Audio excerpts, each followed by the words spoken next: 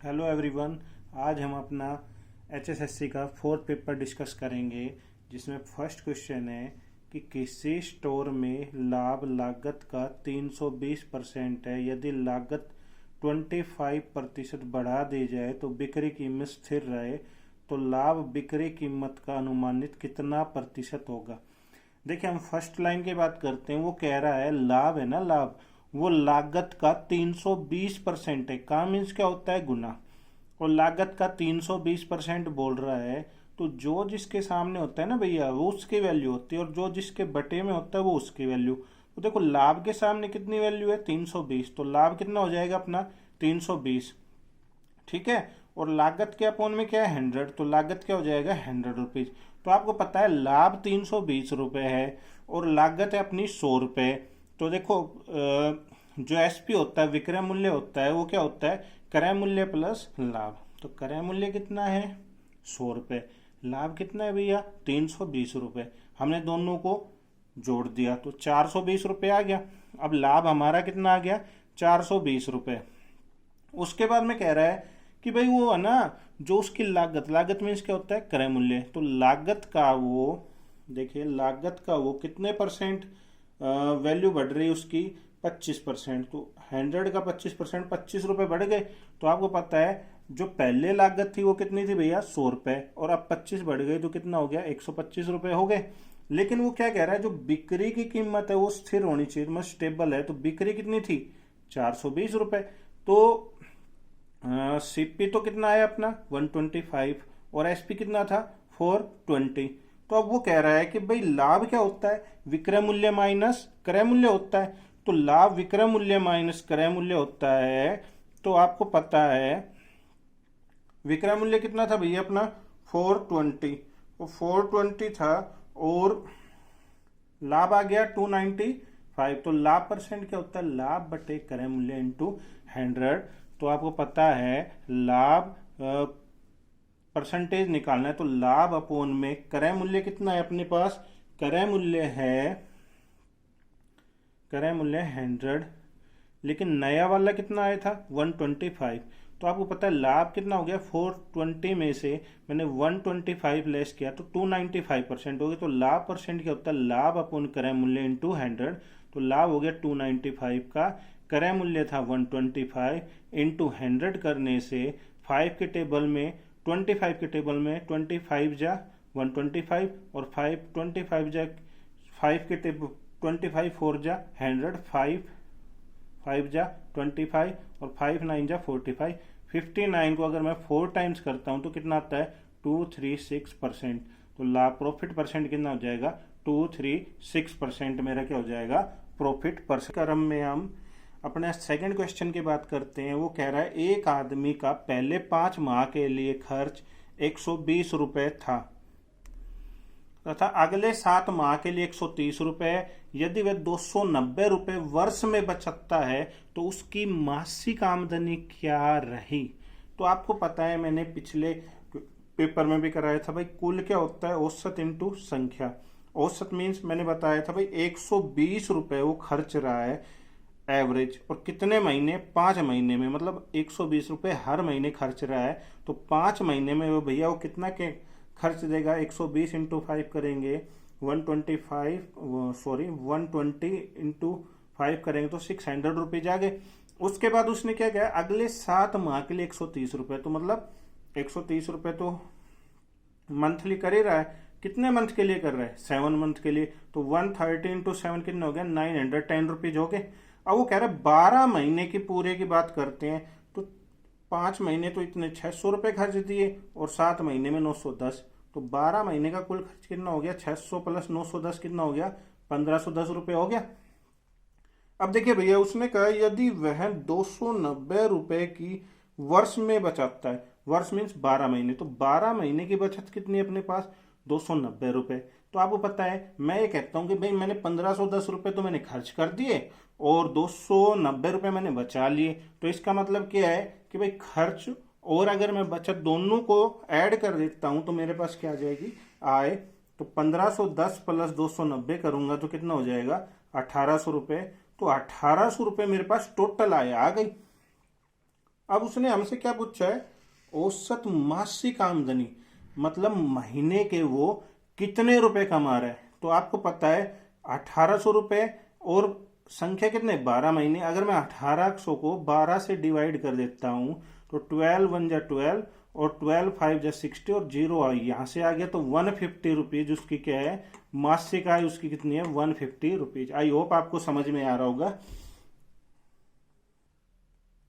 आगे हम अपने क्वेश्चन नंबर 3 की बात करेंगे। वो कह रहा है 2/3, 4/6, 8/27 का एलसीएम निकालिए। लेस पे पूछ रहा है वो, आपको एक ही चीज बोल के देगा कि लेस पे बताइए या फिर एलसीएम बताइए। तो जब भी वो लेस पे पूछे मीन्स एलसीएम पूछे, तो आपको पता है, देखो उसने क्या पूछा है, ये भिन्न में दे रखी है वैल्यू। भिन्न मीन्स अपोन में भी दे रखी है, मतलब एक तरफ ऊपर वाली रकम है और बटे में नीचे वाली रकम है। जब भी ऐसे पूछे तो आपको याद रखना है कि जो वो पूछेगा तो ऊपर वाले का तो वो ही निकलेगा। दो ही चीजें होती हैं पता है एचसीएफ और एलसीएम में, एक एचसीएफ होता है और एक एलसीएम। आगे जो मैं टॉपिक कराऊंगा जब आपको बहुत अच्छी तरह समझ में आ जाएगा। तो वो जो अगर आपसे पूछ रहा है, अगर यहाँ पे लिख देता एचसीएफ, यहाँ पे क्या लिख देता, एचसीएफ लिख देता, तो हम ऊपर वाले का क्या निकालते, एचसीएफ। अब बोल रहा है एलसीएम, तो ऊपर वाले का क्या निकालेंगे, एलसीएम। यहाँ एलसीएम ऊपर वाले का निकाल रहे हैं, तो उसके अपोजिट में नीचे वाले का क्या निकलेगा, एचसीएफ। अगर यहाँ एचसीएफ बोलता तो ऊपर वाले का एचसीएफ निकालते, तो नीचे वाले का क्या निकलता, एलसीएम। वो बात मैंने यहाँ लिख दी है, जो पूछे हम ऊपर वाली वैल्यू का वो निकाल लेंगे और उसके विपरीत नीचे वाली का निकाल लेंगे। तो देखिए 2/3, 4/6 और 8/27 का हम क्या निकाल लेंगे, एलसीएम। तो 2 4 8 का तो क्या निकलेगा भैया, एलसीएम। देखो 2 4 8 लिख लिया, 2 की टेबल से तीनों कट रहे हैं, 2 1 जा 2, 2 4 जा 2, 2 जा 4, 2 4 जा 8। फिर 2 की टेबल में 2 1 जा 2, 2 2 जा 4, फिर 2 की टेबल में फिर अगेन। तो जो यहाँ पे जो तीनों वैल्यू आएंगी उसका मल्टीप्लाई करके लिखते हैं, 2 इंटू 2 इंटू 2, तो कितना हो गया भैया, 8। तो हमारा एलसीएम कितना आ गया भैया, 8। तो 2 4 8 ऊपर वाली का एलसीएम कितना आ गया भैया, 8। ठीक है। अब नीचे अपोन वाली वैल्यू कितनी थी, 3 6 27, तो 3 6 27 का क्या निकालेंगे, एचसीएफ। और एचसीएफ के लिए मैंने लास्ट वीडियो में भी बताया था, कोई भी दो रकम का क्या देखते हैं, डिवाइड करते हैं। तो 3 और 6 को डिवाइड करेंगे, 3 2 जा 6। देखिए ये 3 से ये 3 भी डिवाइड हो रहा है, इस 3 से ये 6 भी डिवाइड हो रहा है, इस 3 से 27 भी डिवाइड हो रहा है। अगर ये तीनों वैल्यू, देखो मैंने यहाँ पे समझाया आपको, अगर ये तीनों वैल्यू 3 से डिवाइड हो रही है, इट मीन्स इसका एचसीएफ कितना होगा, 3। तो आपको पता है हमारे पास एलसीएम कितना आया था भैया, 8, और एचसीएफ कितना आया, 3। तो इस क्वेश्चन का आंसर क्या हो जाएगा, 8/3। आई होप आपको समझ में आ रहा होगा। नेक्स्ट क्वेश्चन देखते हैं हम, क्वेश्चन नंबर 4। क्वेश्चन नंबर 4 में क्या कह रहा है, 17 की पावर 35 इंटू 17 की power -x is equal to 17 की पावर 8। और वो कह रहा है भाई x की वैल्यू बताइए। क्या पूछ रहा है, बताइए।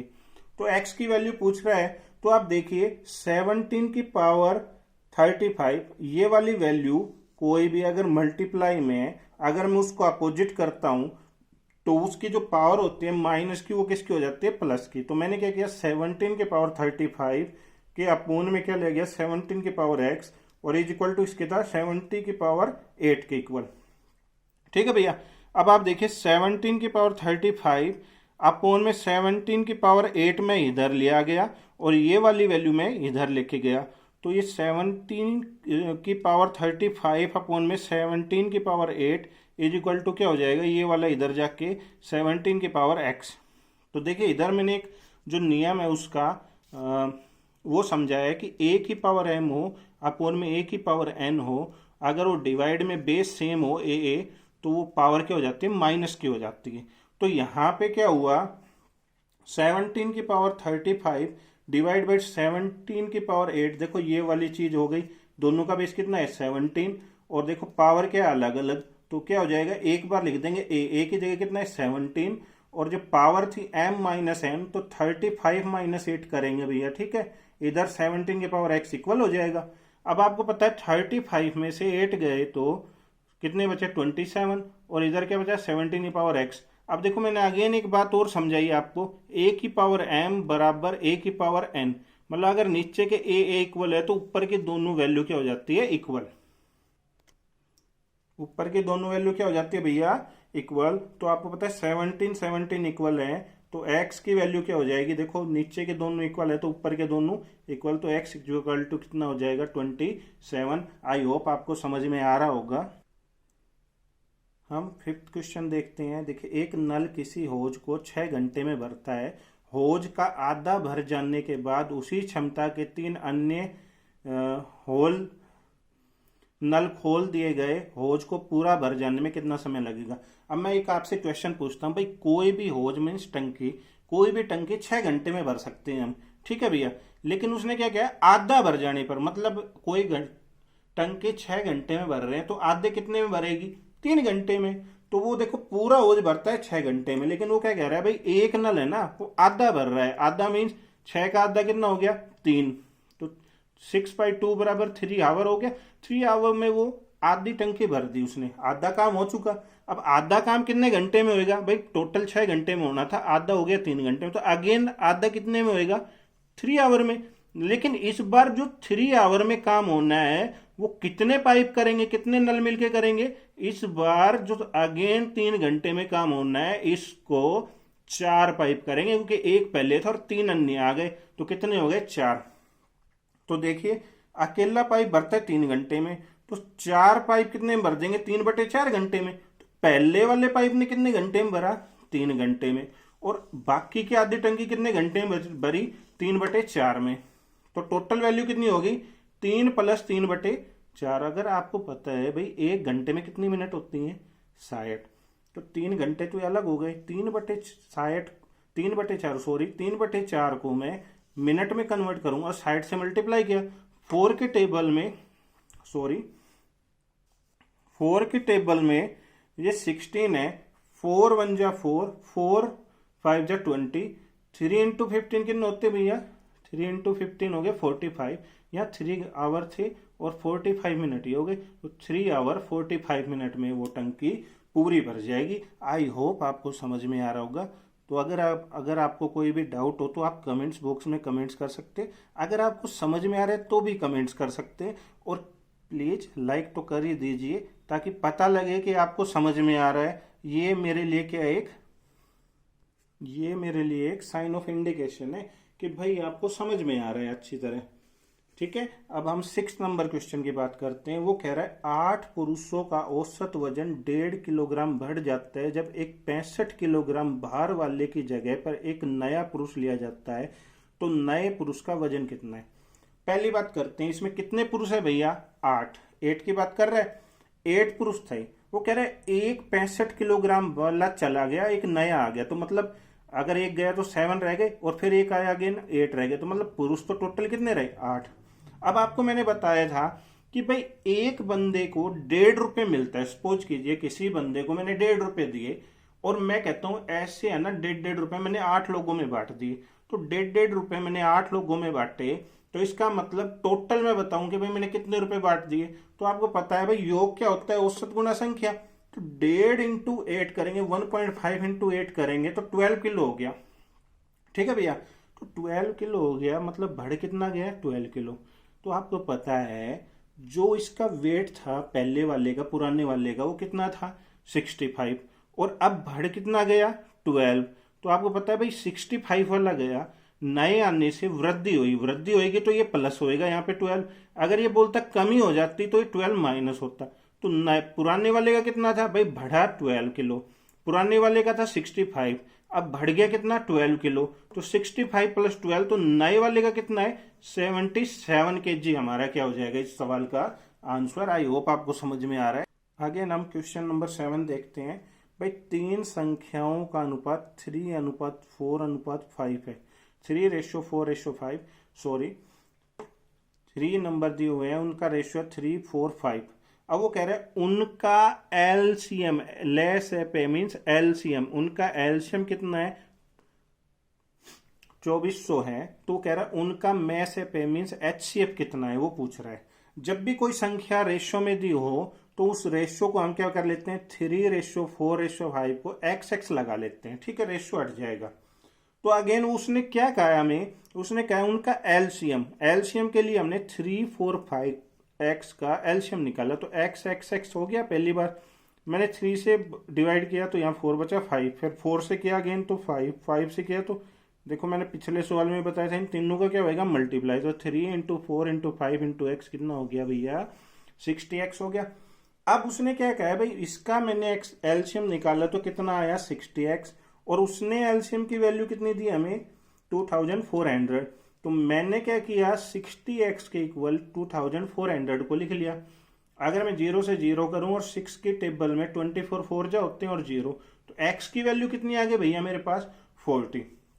ठीक है, अब मेरे पास x की वैल्यू 40 आ गई, तो आपको पता है संख्या क्या थी 3x 4x 5x, तो 3x 4x 5x थी, तो मैं ये x की वैल्यू 40 अगर यहाँ पे रख देता हूँ इन तीनों में, तो 3 × 40 कितने हो गए भैया 120, 4 × 40 कितने हो गए भैया 160, और 5 × 40 कितने हो गए भैया 200। ठीक है भैया, अब आप देखिए आगे उसने कहा एचसीएफ पूछा उसने हमसे, तो ये 3 वैल्यू दी है, अब इन तीनों वैल्यू से हमें एचसीएफ निकालना है। तो आपको पता है एचसीएफ निकालने के लिए कोई भी दो वैल्यू को डिवाइड करते हैं आपस में, तो मैंने क्या लिया 120 160 ले लिया, 120 से मैंने 160 को 120 से डिवाइड किया, 121 जा 120, तो कितने बच गए भैया 40 के अगेन यहाँ ये वाली वैल्यू अंदर लिखेंगे, 43 जा 120। अब देखो ये एचसीएफ कितना आया 40। अब इसको चेक करते हैं कि ये 40 हमारा अगर राइट है, तो अगर एचसीएफ है तो ये तीनों को डिवाइड करेगा, तो 40 के टेबल में 120 भी आता है, 40 के टेबल में 160 भी आता है, और 40 के टेबल में 200 भी आता है, तो हमारा एचसीएफ कितना हो जाएगा भैया 40। आगे हम क्वेश्चन नंबर 8 डिस्कस करते हैं, तो आई होप आपको समझ में आ रहा होगा। 8 नंबर क्वेश्चन देखते हैं। वह संख्या मालूम कीजिए जिसके 7 गुने से 15 घटाने पर परिणाम उस संख्या के दुगने से 10 अधिक आता है।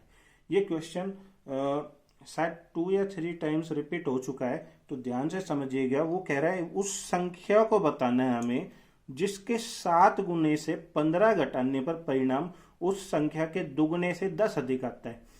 तो देखिए मैंने उस संख्या को, जो संख्या है उसको x मान लिया, तो कह रहा है उस संख्या को मालूम कीजिए जिसके 7 गुना, मतलब संख्या क्या है x का 7 गुना, तो 7x हो गया। उसमें से कितने घटाने थे भैया 15, तो मैंने 15 माइनस कर दिए। वो क्या कह रहा है, तो परिणाम जब भी बोले परिणाम तो वो इक्वल का साइन हो जाएगा। उस संख्या के दुगने, संख्या कितनी थी भाई x, दुगना मतलब 2 टाइम, मतलब 2 टाइम्स हो गया, और कितना अधिक बता रहा भैया 10, तो मैंने 10 ऐड कर दिया। ठीक है, आपको समझ में आ रहा होगा। तो देखिए 7 × x कितना हो गया 7x माइनस 15, 2 × x कितना हो गया 2x प्लस 10। ठीक है, तो ये 2x मैं इधर लेके जाता हूं, प्लस की कोई भी इधर की चीज इधर लेके जाएंगे तो माइनस की हो जाएगी, तो 7x में से 2x माइनस हो जाएगा, और ये 15 उठा के इधर लेके जाऊंगा तो ये माइनस की जगह किसका हो जाएगा प्लस का। तो 7 माइनस 2x कितना हो गया भैया 5x, और 10 प्लस 15 कितना हो गया 25।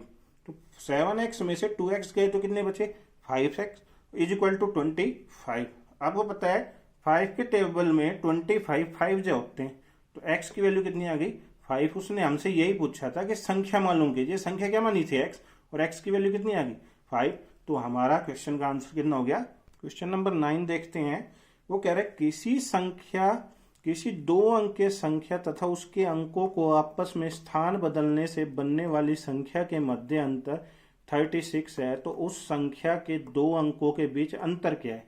देखो इस सवाल की ट्रिक है भैया, बिल्कुल अगर वो कभी भी 2 अंकों की संख्या और उनके अंकों को बदलने से प्राप्त संख्या के बीच अंतर की बात करता है, तो हमेशा उस क्वेश्चन में क्या होएगा, उस अंतर को लिखिए और वो 9 से डिवाइड करेगा। ये फॉर्मूला है एक हिसाब से, इसको आपको याद होना चाहिए।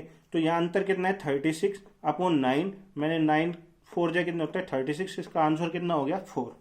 अब मैंने आपको समझाने के लिए एक एग्जाम्पल लिया है कि भाई हमें वो संख्या चाहिए जिसका अंतर कितना है भैया 36। तो इसके लिए मैंने क्या लिया, मैंने मान लिया भाई कोई संख्या है ना वो 84 है। कितनी है भैया 84 है वो संख्या। अगर मैं उसका अंक बदलूंगा तो कितना हो जाएगा भैया, उल्टा होएगा तो 48 हो जाएगा। वो कह रहा है वो कोई संख्या 84 और उसका अंक बदलने से बनी संख्या दोनों का डिफरेंस करूं तो 36 आना चाहिए। देखो 36 आ रहा है, मतलब ये वैल्यू हमारी जो माननी थी वो 84 करेक्ट है। अब वो कह रहा है जो संख्या है ना 84, वो देखो वो क्या कह रहा है, तो उस संख्या के दो अंकों के बीच, मतलब इन दोनों अंकों में, मतलब 8 और 4 ये दो अंक हो गए, तो इन दोनों के बीच में अंतर कितना चाहिए, 8 माइनस 4 कितना आना चाहिए 4, और अपना अभी कितना रहा है 4, मतलब आंसर कितना होना चाहिए 4। ये मैंने आपको बेसिक सी बात करके बता दी और शॉर्टकट मैंने आपको यहाँ बता दिए। आई होप आपको समझ में आ रहा होगा। है हमारा आज का लास्ट क्वेश्चन है 10th नंबर क्वेश्चन, किस अनुपात में शराब और पानी को मिश्रित किया जाए कि उस मिश्रण को खरीदी गई कीमत पर बेचने से 33.33% लाभ कमाया जा सके। अगेन मैं रिपीट करता हूं, वो कह रहा है किस अनुपात में शराब और पानी को मिश्रित किया जाए कि उस मिश्रण को खरीदी गई कीमत पर बेचने पर 33.33% लाभ कमाया जा सके। ठीक है, तो देखो 33.33% को हम क्या लिख सकते हैं, 100/3। ठीक है भैया, 100/3 होता है 33.33% बराबर क्या होता है 100/3। तो आपको पता है इस प्रतिशत को मैं हटाऊंगा तो बटे में क्या आएगा 100, तो 100 से 100 कैंसिल हो जाएगा, तो ऊपर कितना बचेगा 1 और नीचे कितना बचेगा 3, तो 1/3 आ गया। अब देखो उसने क्या कहा है, वो कह रहा है 33 सही 1/3 मीन्स 1/3 लाभ खरीदी कीमत पर बेचने से होता है उसको। ठीक है, वो सवाल में ऐसा बोल रहा है, तो 1/3 लाभ किस पे हो रहा है, विक्रय मूल्य पे। अब लाभ कितना हुआ भैया मेरे को 1 रुपए, और विक्रय मूल्य मेरा कितना था 3 रुपए। ठीक है, तो लाभ मेरे को 1 हुआ, विक्रय मूल्य मेरा 3 था। तो आपको पता है लाभ बराबर क्या होता है, विक्रय माइनस क्रय मूल्य। तो लाभ मेरा 1 रुपए, विक्रय मूल्य मेरा 3 है, माइनस क्रय मूल्य। मैं क्रय मूल्य उठा के उधर लेके जाऊंगा तो एक क्रय मूल्य इधर चल जाएगा, 3 - 1 होएगा तो कितना बचेगा भैया 2। तो मेरा क्रय मूल्य कितना आ गया 2। देखिए उसने क्या कहा है, उस मिश्रण को खरीदी कीमत पर बेचने से, उस मिश्रण को खरीदी गई कीमत पर बेचने से, उस मिश्रण को खरीदी गई कीमत में बेचने से। तो खरीदी गई कीमत क्या थी, क्रय मूल्य कितना था 2, और खरीदी गई कीमत 2 थी, और बेची कितने में मैंने उसको 3 में। तो क्या हो गया, क्रय अनुपात विक्रय, मतलब खरीदी गई और बेची गई वैल्यू का वो मेरे से आंसर पूछ रहा है। तो खरीदी गई थी 2 और बेची गई 3, तो उस क्रय अनुपात विक्रय कितना हो जाएगा 2:3। तो मैंने आज आपको 4th पेपर करा दिया है। तो मेरी आपसे केवल एक ही रिक्वेस्ट है, अगर आपको समझ में आ रहा है तो प्लीज़ लाइक कर दीजिए और शेयर भी कर दीजिए। Thank you and have a nice day.